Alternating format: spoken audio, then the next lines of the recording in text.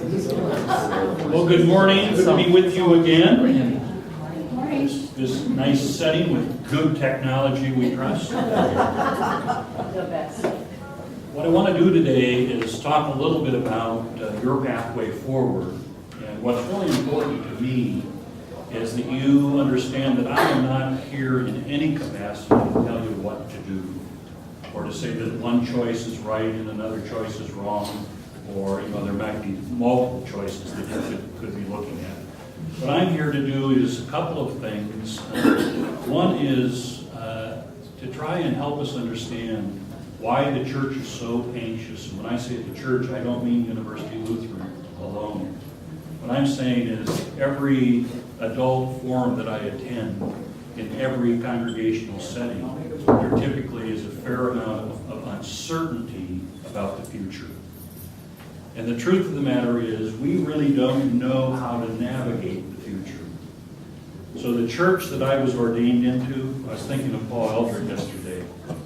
The church that I was ordained into, there was much more a pathway to follow. There were roadmaps. There were conferences you could go to, where you could learn best practices. And if you deployed the best practices in context, they actually worked.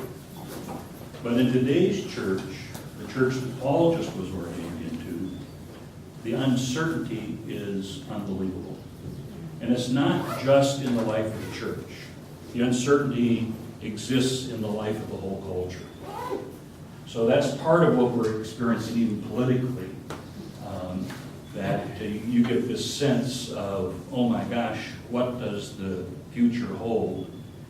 And what is the economy going to look like? And how is there going to be an economy when you've got 1% that have most of the wealth of the whole country?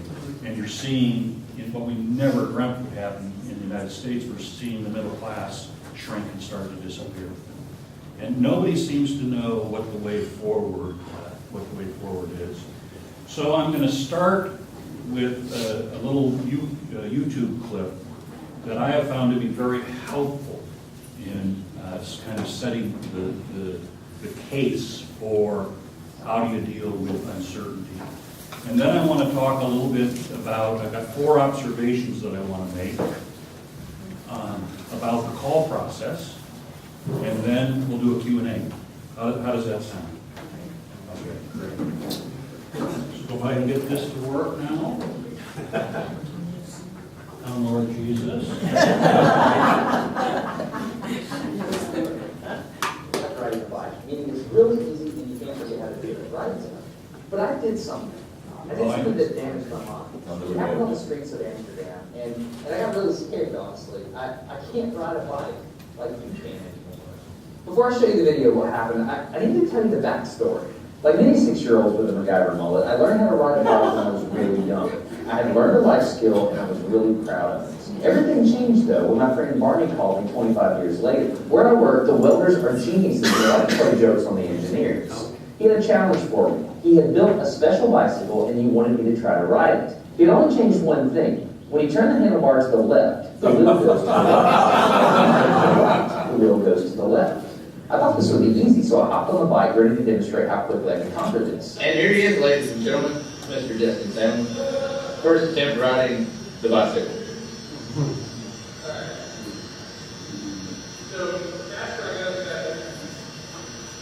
I couldn't do it. You can see that I'm laughing, but I'm actually really frustrated. In this moment, I had a really deep revelation. My thinking was in a rut. This bike revealed a very deep truth to me. I had the knowledge of how to operate the bike, but I did not have the understanding. Therefore, knowledge is not understanding. Look, I know what you're probably thinking. Destin's probably just an uncoordinated engineer. Can't do it. The algorithm that's associated with riding the bike in your brain is just that complicated. Think about it. Downward force on the pedals, laying your whole body, pulling and pushing the handlebars, gyroscopic precession in the wheels. Every single force is part of this algorithm. And if you change any one part, it affects the entire control system. I do not make definitive statements that often, but I'm telling you right now, you cannot ride this bicycle. You might think you can, but you can't. I know this because I'm often asked to speak at universities and conferences, and I take the bike with me. It's always the same. People think they're going to try some trick, or they're just going to power through it. It doesn't work. your brain. For instance, this guy, I offered him $200 just to ride this bike 10 feet across the stage. Everybody thought he could do it. No, you didn't understand. You didn't understand. So, this way. Alright, so, whenever you're in the hill, just go ahead. No, you have to keep your feet on the ground.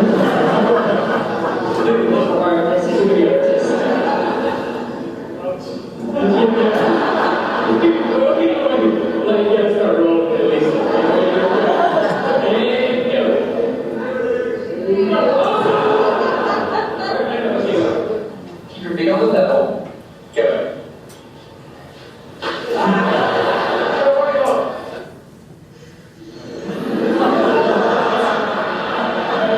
Keep your feet on the level. Yeah, more.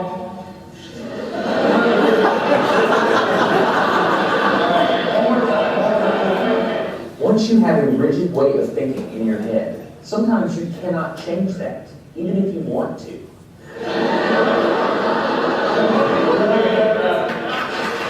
So here's what I did. It was a personal challenge. I stayed out here in this driveway and I practiced about 5 minutes every day. My neighbors made fun of me. I had many wrecks, but after 8 months, this happened. One day I couldn't ride the bike, and the next day I could. It was like I could feel some kind of pathway in my brain that was now unlocked. It was really weird though. It's like there's this trail in my brain, but if I wasn't paying close enough attention to it, my brain would easily lose that neural path and jump back onto the old road it was more familiar with. Any small distractions at all, like a cell phone ringing in my pocket, would instantly throw my brain back to the old control algorithm and I would wreck. But at least I could ride it. My son is the closest person to me genetically, and he's been riding a normal bike for 3 years. That's over half his life. I wanted to know how long it would take him to learn how to ride a backwards bike, so I told him if he learned how to ride a backwards bike, he could go with me to Australia and meet a real astronaut. Are you going to give up? Go ahead. This is how it starts. Look at this. This is such a big deal. Get up, you got it. Did you see his brain get it? So he, in, how many weeks have we been doing this? 2 weeks? In 2 weeks, he did something that took me 8 months to do, which demonstrates that a child has more neuroplasticity, am I even saying that right, than an adult. It's clear from this experiment that children have a much more plastic brain than adults. That's why the best time to learn a language is when you're a young child. All right, today's bike vlog. I can ride smooth, I can ride fast. I'm thinking the experiment is over. Okay, now in Amsterdam, a city that has more bicycles than people, the question is, can I ride a normal bike now? I mean, I've spent all this time learning how to ride a bike. If I go back and try to ride a normal one, will my brain mess up? So I've tweeted a smarter everyday meetup, if you will, and I'm going to see if somebody brings a bicycle, and I'm going to try to ride a normal bike. It's backwards. This was one of the most frustrating moments of my life. I had ridden a normal bike since I was 6, but at this moment I couldn't do it anymore.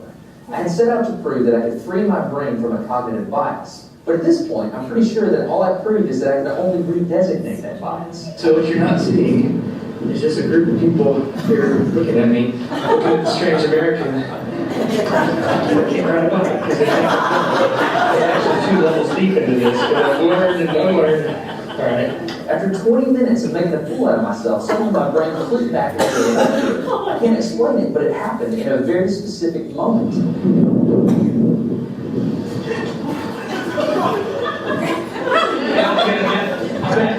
Oh, wait. I got it. Okay, there it is. There's the moment. Okay, everybody. I tried to explain this to the people around me, and they just didn't get it. They thought I was faking the previous 20 minutes, and I couldn't get anybody to believe me. That look, I think that did it. Just a face. You think I'm lying, don't you? I'm not lying. I felt like the only person on the planet who had ever unlearned how to ride a bike, and I couldn't articulate it to anyone because everybody just knew that you can't forget how to ride a bike. So I learned 3 things from this experiment. I learned that welders are often smarter than engineers. I learned that knowledge does not equal understanding. And I learned that truth is truth, no matter what I think about it. So be very careful how you interpret things, because you're looking at the world with a bias, whether you think you are or not. I'm Destin. Get smarter every day. Have a good day. Okay, if you want to support Smarter Every Day, you can download a free audio book at audible.com/smarter. Isn't that interesting? I haven't seen it before. Well, why in the world would I show you that video? What do you think? We have to think out of the box. What's that? We have to think out of the box. Yeah, the way I mean, how many of you know how to ride a bike? Yeah. And yet, none of us could ride that bike. And many in this room, it would take us a lot longer than 8 months to learn how to ride a bike. What we call this is adaptive change. Adaptive change is when we don't know what it takes to make the change. So I know how to ride a bike. Historically, I know how to be the church, but I don't know how to be the church in this day and time. So when I travel around the church, what I've discovered over and over again is the more anxious we become about the future, the more we focus on certain things. What would you guess as church people that we focus on, the higher our anxiety goes up? Focus on the past, absolutely. There's also some very concrete things we focus on. Money. Money, people. Our building is first. Because no matter how you want to frame it, the building is iconic. I met Kim, in large part, our relationship started in this church. In fact, I've got fond memories of that kitchen. Because she would work in the kitchen, and I would come in and talk to her when she was working in the kitchen. So her parents were married here. Her aunt and uncle were married here. We were married here. You know, it starts to become very, very iconic that the building itself is the ministry. Now, some of our congregations no longer have the resources to even keep their buildings, but they still hang on with vengeance like you wouldn't believe. Even though they're very poor stewards. I mean, the roof starts to cave in, but they still hang on. So the building is the primary thing that we relate to when we think of the church, because in our culture, historically, as North Americans, we talk about church as a building, and we talk about going to church. Okay, when I was in Ethiopia, they talk about being the church. In large part because they don't have any church buildings. So the difference between going to church and being the church is the difference between riding a bicycle the way you've always ridden a bicycle and riding a bicycle with gear totally different. Second thing that folks focus on is money. Money is, becomes, it's for all of us. You cannot grow up in this culture and not be consumer driven and not be anxious about money. I love the old Rockefeller quote, how much money is enough? Just a little bit more.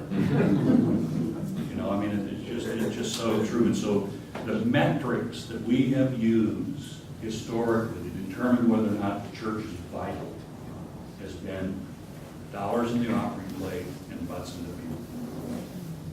So that's the third thing that we focus on and get anxious about is what's happening with attendance. Okay, attendance in the American church has changed radically. For one thing, most people no longer go to church every Sunday. So that is a huge shift. But the number 4 thing that we focus on is the most obvious as I move throughout the church, and that is kids and youth programs. Just people are just utterly, if there would be a way to go back to the good old days, that would be the icon that we would have arrived. If we would have Sunday schools that are bursting at the seams in youth groups, 40, 50 kids. So I want you to know that as you try to anticipate the future, you're trying to learn how to ride a new bike. You're trying to learn to ride a bike that you do not know how to ride. So when we are involved in adaptive change, we can't rely on experts because they don't know. There's no expert on how to ride that bike. In fact, it wouldn't do you any good. Even if we met this guy There's nothing he could tell us that would teach us how to ride the bike. You get that? Yeah. How do you learn how to ride that bike? Just gotta do it. Make sure you put on a helmet, though. A helmet's a really good idea. That's a real good idea. Yeah. Yeah. There's certainly some, some precautions you can take, but bottom line is the only way you learn to navigate and adapt to change is you've got to be willing to take risks. You got to be willing to fail. And you got to be willing to experiment over and over again. You saw the tenacity by which his son was willing to try this. Why do you think that is? Yeah, it is. It's absolutely innate. The desire to be able to achieve and accomplish and overcome. So we are really looking, go ahead. I was just going to say the other thing for a child hasn't had the experience of trying and failing. Right. And I think they're much more optimistic Yeah. about their, and I think we falsely tell ourselves we'll fail because we've failed before, when it may not be true, and then you're just making it a foregone conclusion. Yeah. And it doesn't hurt as much when you're a kid to fall off the bike as it does. I mean, honestly, I mean, you're much lower to the ground. You saw him fall, Yeah. and boom, boom, right back up. So that is the times that we are living in, and until you can get a grip on that and understand that, then everything becomes just so frustrating. Because it's like, well, we know how to do this. We've done it for years. Why can't we do it the way we've always done it? So what are some of the clues that we're getting about how the new bike needs to be ridden? Well, one of the biggest clues is we've always done church on the basis of people coming to the church. So one of the biggest changes is the church going to where the people are. That's a huge, huge paradigm shift for us. I personally don't think the future of the church, one, that the entrance is not going to be through worship. Most of us find our churches by the kind of worship they do, and we walk in and we say, you know what? I really feel at home in this place. Young people, worship is not their entrance. Do you know what's happening with most of our young people who have been formed and raised in the Lutheran Church, who are now in their 20s and 30s and 40s? They're not in church, but their values, their lifestyles, they're deeply engaged in issues of creation, issues of justice. They're very globally minded. They've been given this Lutheran lens, so they deal well with the complicated world, the both-and world. When I look at people that are formed in this church, I'm very proud of them. I think, wow, God, you really formed and shaped some incredible human beings. And we see it in the church this last year. We're very close now to sending out 100 young adults in global mission. And I know you through GAY, we have had the opportunities to experience a little bit about that. Just unbelievable the impact that has had on the church. Why? Young people love global. Young people love going to where the rubber meets the road. I mean, we're sending these young people out into some very, very fragile places. We have young people in Palestine, for example. So they're willing to go to the most disruptive and dangerous places in the world. And that's going to be the entry point for them in terms of where they're going to find what it means to be church. So I think it's largely going to be through global creation and justice-related issues. I still don't know how in the world the next generations after that are going to get formed, but I'm leaving that one up to God. So with adaptive change, you've got to be willing to experiment. You've got to be willing to let go of hard-held concepts like we can't imagine church in any other way than coming to going and coming to your front door. What are some of the other changes that we are getting clues about? People are no longer gathering in groups of 100, 150, 200, 300 for worship or for any kind of gatherings. Do you know how they gather? Smaller cohorts over long periods of time. And they really get to know one another.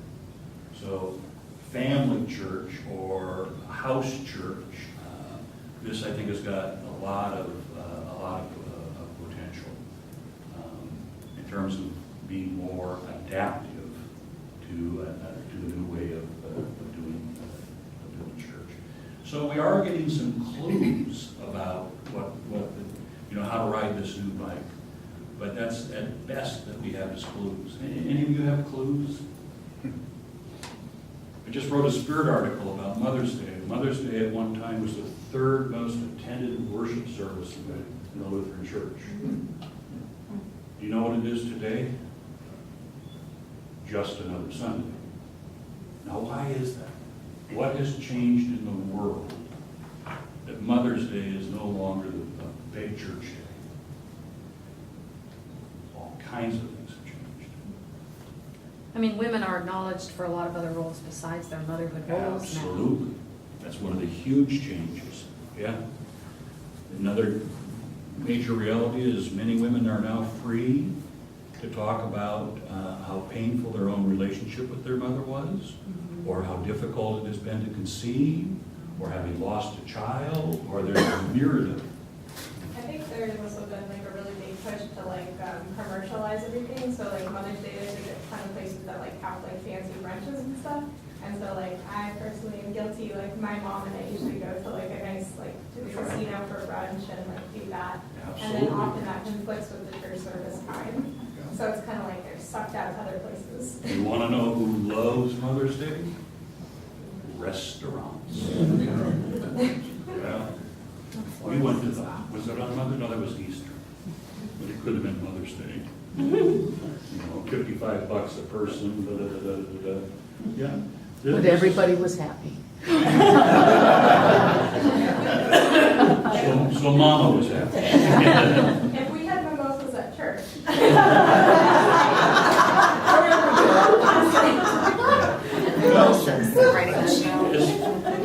It's equally as funny as riding the bike because it's that different, and you are naming it in just a wonderful, wonderful way. You're telling the truth. We could have church at the casino. Little prayers, then a little slot machine. What's your name? So this conversation that we're having is simply a way to set the table for me to offer to you my heartfelt empathy and my appreciation, my deep appreciation for why you have to struggle about what is our future going to look like and what impact is it going to have on how we do church, what it means to be church, what impact is it going to have on our building, what impact is it going to have on our kids, our grandkids, our great-grandkids. All of these things are at stake when we go to anticipate doing what could be a really bold experiment. So I'm going to stop there, and then I'm going to make a few observations about the call process. Is that okay? Yeah. I don't want to rush you through this too quickly. So you all at University of Lutheran have gone through 2 complete rounds of interviewing and identified in round 1 a pastor that you thought, wow, this is the right pastor, we're excited about this pastor. And then did it a second time, round 2. And I've got a little bias about it, but you have really good pastors to interview. Those of you on the call committee, would you agree with that? Right. Yeah. You had quality people. And then it was earth-shattering. I believe it was shattering for us as well, to have both candidates say no. What I want you to know, and again, this is not my trying to twist your arm, this is just the facts as I know them. Both of them were perplexed over what was the future of University Lutheran going to be. Because if it's choice A, it would be a very, very different call than if it's choice B. Okay? Both of them would have preferred choice B. Choice B is the co-location. Okay, that's the thing that they were most excited about. They were not excited about choice A.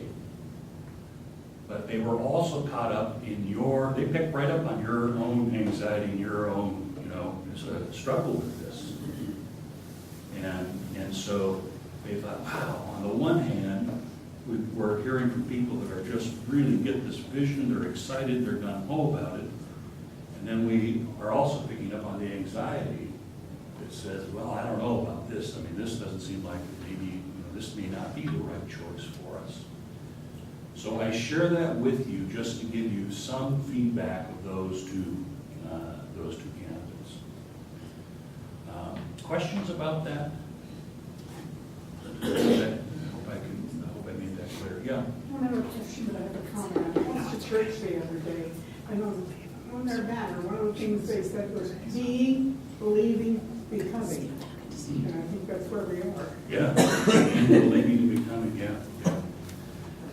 A second thing I think that is important to know is what should be happening during the interim.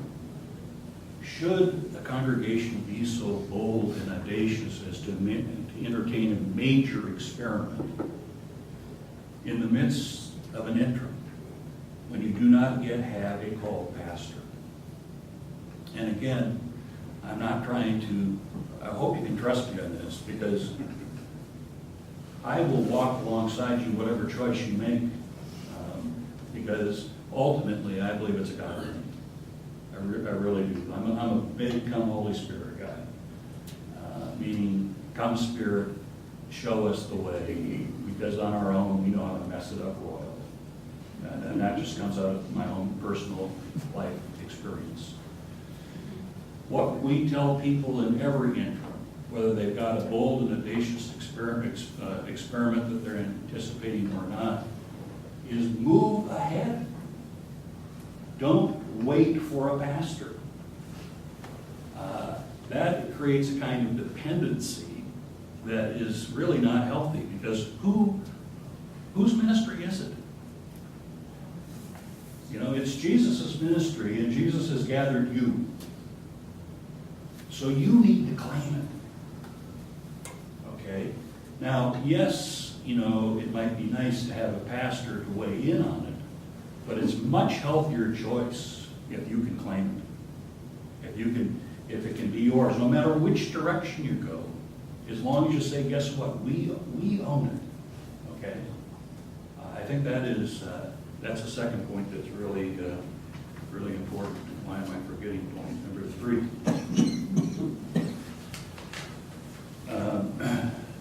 Oh yeah, so you heard me speak in the sermon about no matter who you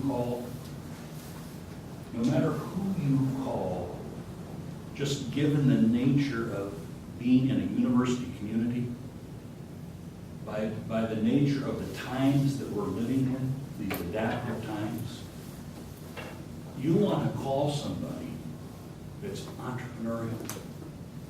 You want to call somebody that no matter what ball you pitch them, they're going to try and hit it. So let me give you another, and this may or may not, this may make things worse for you in trying to be clear. But both Shelley and I said we would have taken the call with the uncertainty. Why? That's the way we're both wired. Because if it's not this experiment, believe me, if university's going to have a future, it's going to be some other bold experiment. Okay? And if not now, which is fine, if not now, it's going to happen sometime. Okay? And so what I would encourage you to do is looking for a pastor is find a pastor that's, whether you choose A or B, that's not the deciding factor for the pastor. Your statement on the front of your bulletin, it makes the hair on my arms stick up. It is so powerful. That's what you want to have alignment with in a pastor. You want a pastor that is in alignment with that. If you find a pastor that's in alignment with that, regardless of what the future holds, you're headed for a very disruptive, very bold, very life-giving future. You saw the order in which I said that? Very disruptive, very bold, very life-giving future. So that would be my third observation of what you want to look for. And then finally,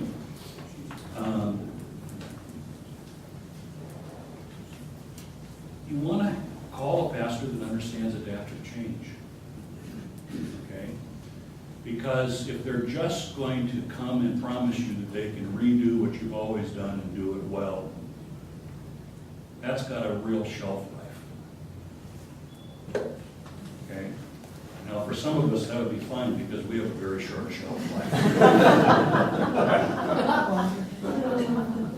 But if we're serious about that mission statement that you have in the front of your bulletin, then you really do want to look for somebody that understands adaptive change. And one of the first clues that you'll pick up on if they get adaptive change is they do not come off as experts. A second clue is rather than giving you answers, they'll be raising lots of questions. Because that's the way adaptive people think. Go back to the bike thing. How many questions do you think were running through that guy's head as he's trying to figure the thing out? My favorite one is when he switched his arms. I thought that would work. Because you know when you back up a boat trailer, you got it's the same kind of thing. You got to think in the reverse. So one of the tricks you can do is put your hand on the bottom of the steering wheel, and the way that the steering wheel turns is the way that the trailer is going to turn. But even with that, I'm telling you, I run into a lot of things. back into a lot of things. So those are my observations about kind of where you're at in terms of what kind of leadership you're looking at. I want to just really encourage you, do not wait for a pastor to make your decisions. You own them. And then you invite a pastor into the mission. You invite a pastor into the vision. You invite a pastor into the core values. At the end of the day, that's what really matters. You get strong alignment over core values. You get traction, you get vitality, you get new life. You can call a really good pastor who's done very good ministry, and if you don't have sync, so much energy is dissipated because that pastor is going to come in and try and change you. And you know what you're going to do to that pastor? Try and change them. Try and form them up. So let's do some Q&A. That would be helpful. I know this group is not shy. So I have a question. So, since we're going along to round 3. Yeah. So, the question is that, I mean, we don't actually, as a congregation, we don't actually choose among all the possible candidates that could possibly be interested in the position. We're actually given just a sample from the Senate. So in this next phase, given our kind of past 2 experiences, would you change the characters or the personalities of the candidates that you send, kind of send our way to match what you just said? That would be willing, Right. We're always looking for that, and we've got to go through the same thing you all got to go through, and we've got to try and tease out what's what. But yes, we're always looking for adaptive candidates. We're looking for candidates that are entrepreneurial. You just can't survive in the Northwest as a pastor without those kind of traits. You can do maintenance ministry. You can come in and do church the way we've always done church, and you can even do it fairly well. But in terms of transformational ministry, no. So we have through our database access across the country. And then we look for this kind of alignment.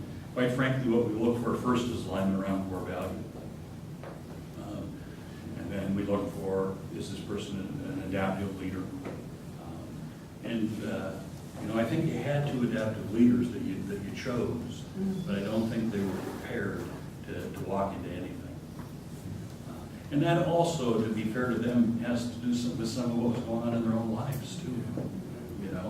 It's like, how much risk are you willing to take given a particular life stage or health factors? Or there's all kinds of things that go into the call process. What? So we're not going to change our sense of ourselves as a progressive Lutheran congregation, but I'm just curious, how much would you say that constrains the field, clergy-wise? Is it 5%? Is it 50%? I would say very little. I think it actually makes you a very appealing congregation. Yeah. And particularly with the younger the pastor gets, which is not to say that there's not a lot of very progressive older pastors, but for younger pastors, it's like, why are we talking? I mean, why are these issues even issues? Yeah. I remember our daughter called us in 2009 when the decision was being made. She called up and she said, "Dad," I said, "What, Vanessa? What's wrong with your people?" And I tried to explain to her, that We're old. That we know how to ride the bike. We're just not prepared for a new bike. So I think I think this is a very attractive call. I think it's also a very challenging call. So it's going to have to take somebody but any call into this adaptive world is going to be that way. If the pastor is serious about trying to join God in what God is up to in the world today. So I don't think it's really a question, but more of a comment. But to me, when we've had a lot of these discussions, and you use the word adaptive, I think of the word adaptive as a synonym for evangelical. Right? For evangelical, adaptive is a synonym for evangelical. Right, because when we talk about, it's like, we need to be adaptive, right?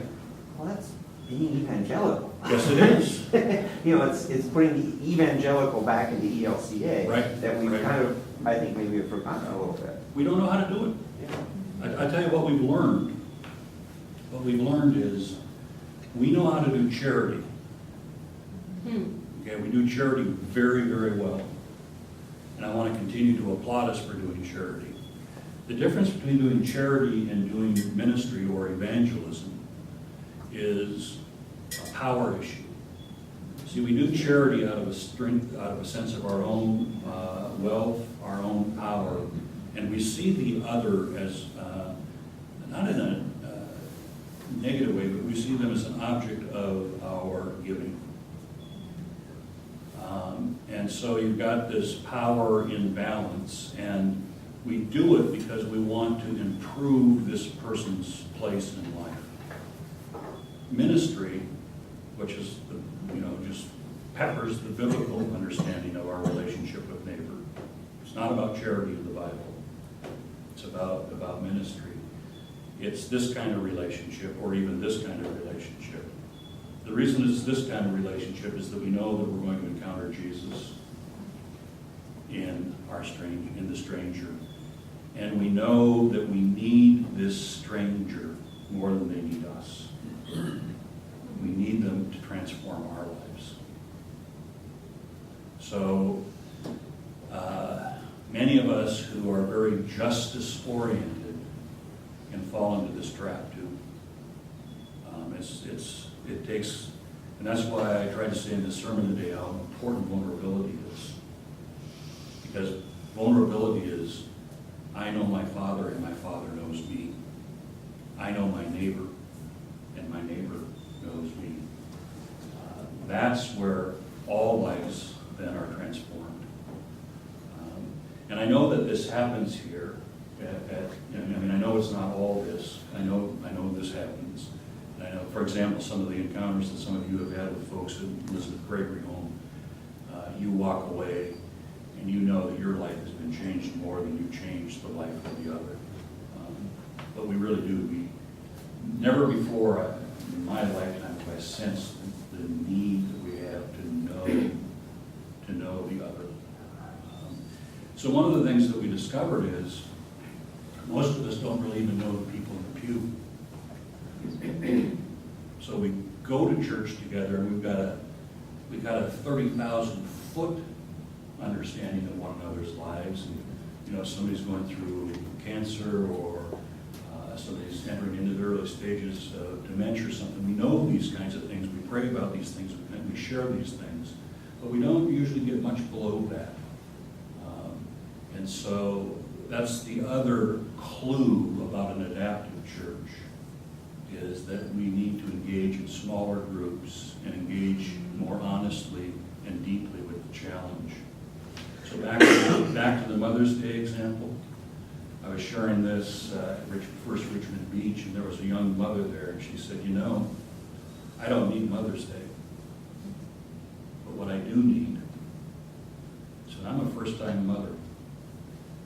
I can't stand Facebook anymore because all I hear about is these great, great families.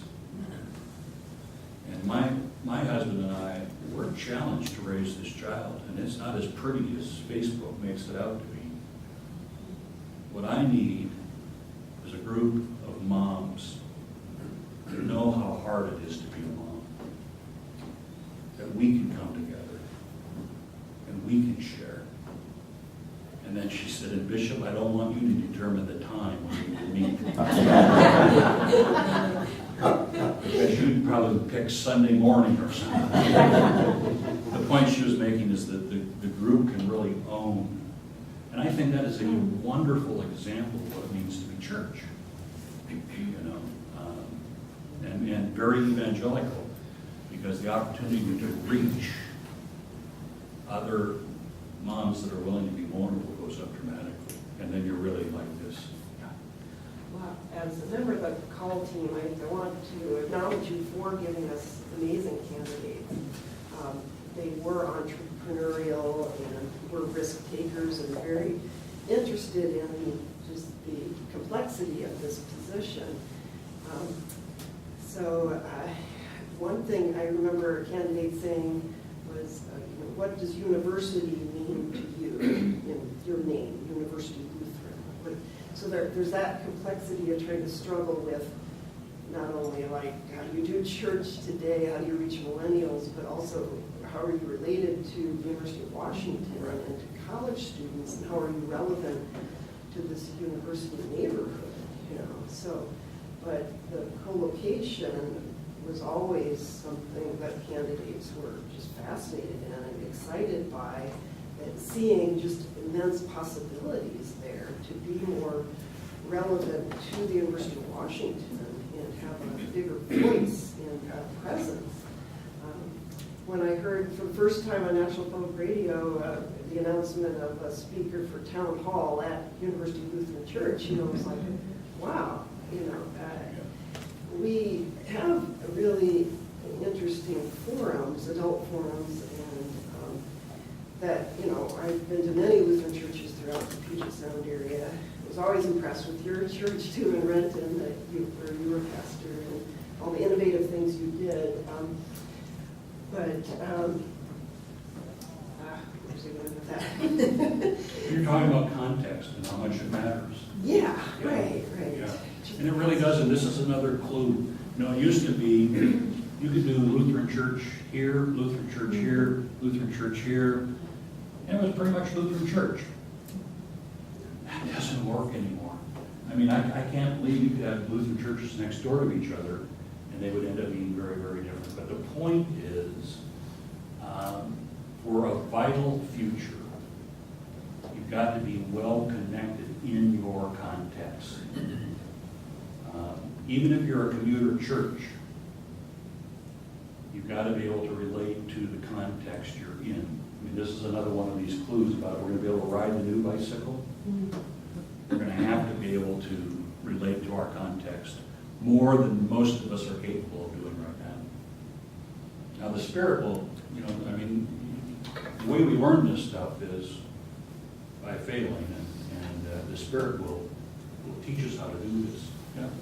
I was just going to say, what you said about the mothers connecting just really resonated with me. More to say that, we've been members here for a long time, relatively speaking. And, had 2 children here, and we've been raising them here, and but I think it strikes me that I feel like there are a lot of things I don't know.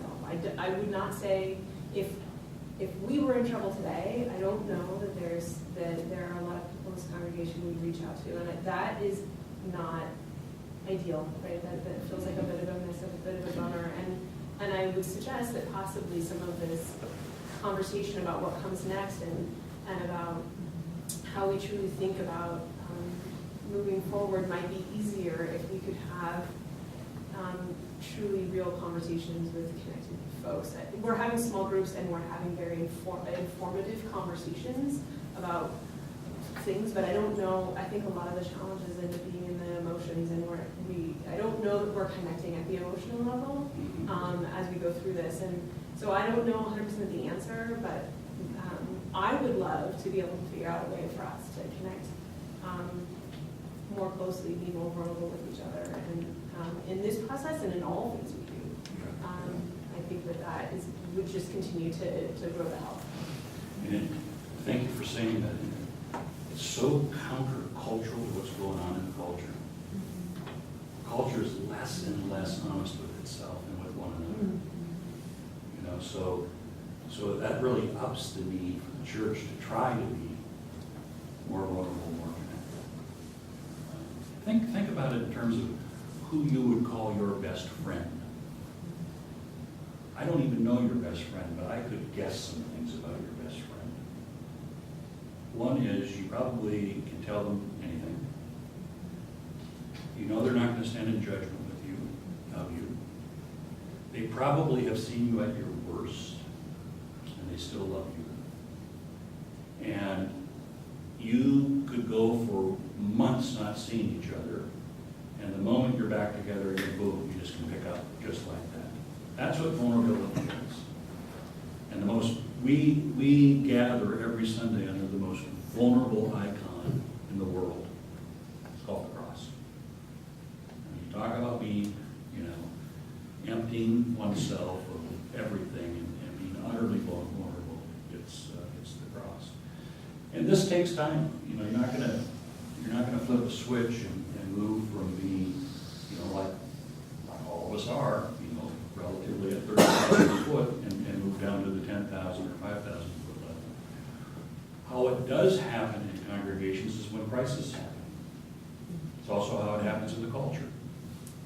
When crises happen, we develop a level of, if you would have been on that airplane, for example, where the window got blown out, I bet those people are exchanging Christmas cards this year. You know what I'm saying?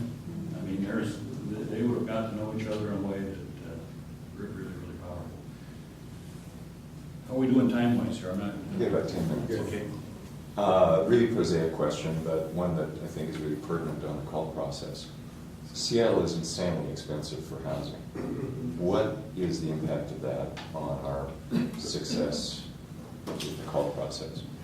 Yeah, it definitely gets the attention of candidates, depending on where they're coming from. If they're coming from other major metropolitan areas, if they're coming from California, if they're coming from Chicago, if they're coming from the New England states, all of which, the candidates most likely to be well-equipped for this culture are either going to be New England states or West Coast. Doesn't mean that there aren't people in the Midwest that could be. So that's in our favor in this particular call, because they should be coming out of places that have equally crazy, or maybe not quite as crazy, But it also says, this is a new bicycle. How do you ride the bike when you call the pastor and the entry-level home in the university district is $600,000? And that's probably modest. How do you ride that bike? Well, you've got to get creative, you got to get entrepreneurial. One of the things that some congregations are doing across the country is they do a shared equity thing, where they jointly invest in the home on a percentage basis. If the home appreciates, both parties by percentage, they acquire the appreciation at the time of sale. If at the time of sale, it's gone gunny sack, they share percentage-wise in the loss. So there are ways to get at it. The other reality is that more and more of our pastors are commuter pastors. I commute from Renton to Finney, and I do that because I, at this stage in life, do not want to invest and can hardly afford to live on Finney and in the Finney neighborhood. I suggested that we live on our boat. How'd that go? Which is really much closer, and Kim said, that's fine if you would like to be single. I kind of encouraged it. Let's not get that. Oh. You want to keep following? That's right, I'm trying to express. She actually did encourage it. Other questions? In a call process, you get 3 names? 3 to 5. Or whatever. We're doing 3 and 5. The call committee selects one, and when they select that one, and the one that they selected said no, now can they look at those 3, or are those out of the running? No, they can't. Pardon? They could go back and look at another candidate. Can they look at those initial ones they got? Yeah, most likely they get down to 2.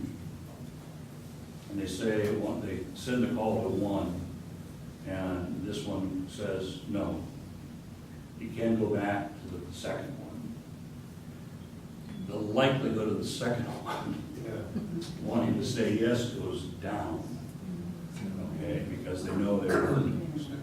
Oh, they know they're second. Yeah, they know they're second. But it can happen, and it has happened. Tell the others. Yes? Could you speak a little bit to the timing of the next set of meetings and when that's going to occur and why it's at a particular time? Yeah. Maybe. Well, we've been back and forth with the call committee about when is the time we kind of hit the pause button most recently after the last call process. And then we were like, well, do we wait for this vote or not? And what we've said is we're going to start gathering people. We'll let you guys figure out when you're ready, but we can't wait. It's a tough, I mean, we put hours into this process, so the sooner we can get on it, the better it is for us. So Shelley's on it, I'm on it, and we've also had some names that have been nominated, because that's one of the ways in which we receive names. So anybody at University Lutheran could nominate, any Lutheran in the country could nominate, pastors can self-nominate. So that's sometimes how we pick up names. So the greater, just to be honest with you, because we're involved in multiple call processes, the greater we feel your urgency, the greater we feel the urgency. Did I answer your question? Well, I think it's just, there's the votes coming up and, it's Right. like, well, are we delaying a set of names because of the vote? Or is there more just one of these things that, there's a certain, number of folks that are appropriate candidates and we've kind of gone through that first number and now it takes time to pull up the second set? I mean, that's kind of the questions I think. I'm not on pause. You guys might be on pause. I don't know. I'm not on pause. Okay. Yeah. And remember, I want you to own this. Whatever the future holds, you need to own this. Because the truth of the matter is, before, if you were to choose a new pathway forward, you may go through a couple pastors to get there. You know, I mean, so you don't wait for the pastor. In the old days when you rode the bike, yeah, maybe, but with this new bike, I don't think so. Could you just clarify the rule that, or the process question about when you finally get the one person, they'll have only so much time.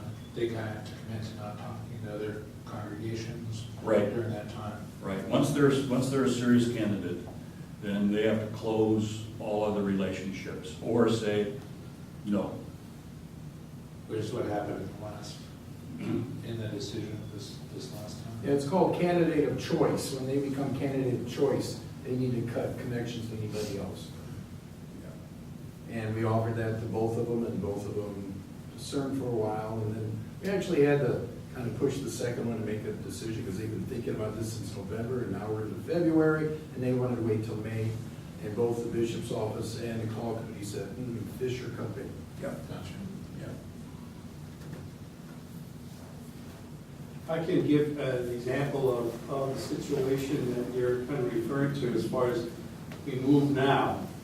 And when I did the interim at Gethsemane, I was there for 3 years. I came in August of '08, and in October of '08, the congregation, or the council recommended to the congregation that they build affordable housing on the site, meaning they have to demolish one building and then modify and renovate the sanctuary. And that caused me to take a breath and figure, okay, we put a little hold on the transition until we got our ducks in a row as far as what we're going to be doing. Started all of the process, got screwed over by the city when they said, yes, we like your plan, and then when we did it, they turned us down. And so we had to redo it again, and there was some anxiety in the congregation, but they voted to go ahead, and they went ahead, and then that's when we kicked in the call process, and we interviewed and called the pastor, Joanne Enquist, and she came when the process was just started, but she was there to see its completion and put her own piece to it with the congregation as a part of that congregation. And that's my hope here is that we get the pastor as soon as we possibly can, where that person then is engaged in this ongoing important thing of learning how to ride a new bike in possible co-location. Yeah. Where they have the ownership of it. And that would be ideal. I know the Gethsemane story is amazing. I love to tell that story. Yeah. There's an example of a congregation that moved ahead without a pastor, and they had this lousy interim. And now he's a member here. But if you go down and visit Gethsemane, look what God can do. And they are doing so many crazy, innovative things. They may not have grown their congregation member-wise on Sunday, but they've got their fingers in so many opportunities. And by the way, they're now starting to actually have some inroads with Amazon employees, which I'm really excited about. Yeah. Friends, we can, in terms of trying to imagine a way forward, the last words that I would leave with you, and if any of you know me well, I'm not a pietistic guy. I don't have a lot of piety in my background. I really came to church late in life, so I didn't develop a lot of piety. I developed more irreverence than I did piety. But he loves Manhattans, by the way. So do I. Particularly a particular maker I like. But really, this is a God thing. And I just want to encourage you, particularly when you find yourself anxious, say, God, show us the way. Come, Holy Spirit. Because whatever it is, whatever choices you make moving forward, remember we want to do this because we believe this is what God would have us do. See, I think that's the most important question to be asking. What is it that God would have us do? Because we know, and the text today is just another example, we know that God is always expanding the fold, always reaching out to include those who have been left out. So I just want to encourage you, and know that I pray for University Lutheran. I pray that you will be able to breathe deeply, and that you'll be able to trust the future, and that you, whatever the outcome is, that it'll be a God thing. So, thank you for inviting me today. I appreciate the chance to be with you. It's been fun to be here the whole weekend. It's been especially nice for Kim. She said last night when we were going home, wow, she said, at university I just feel I know every nook and cranny.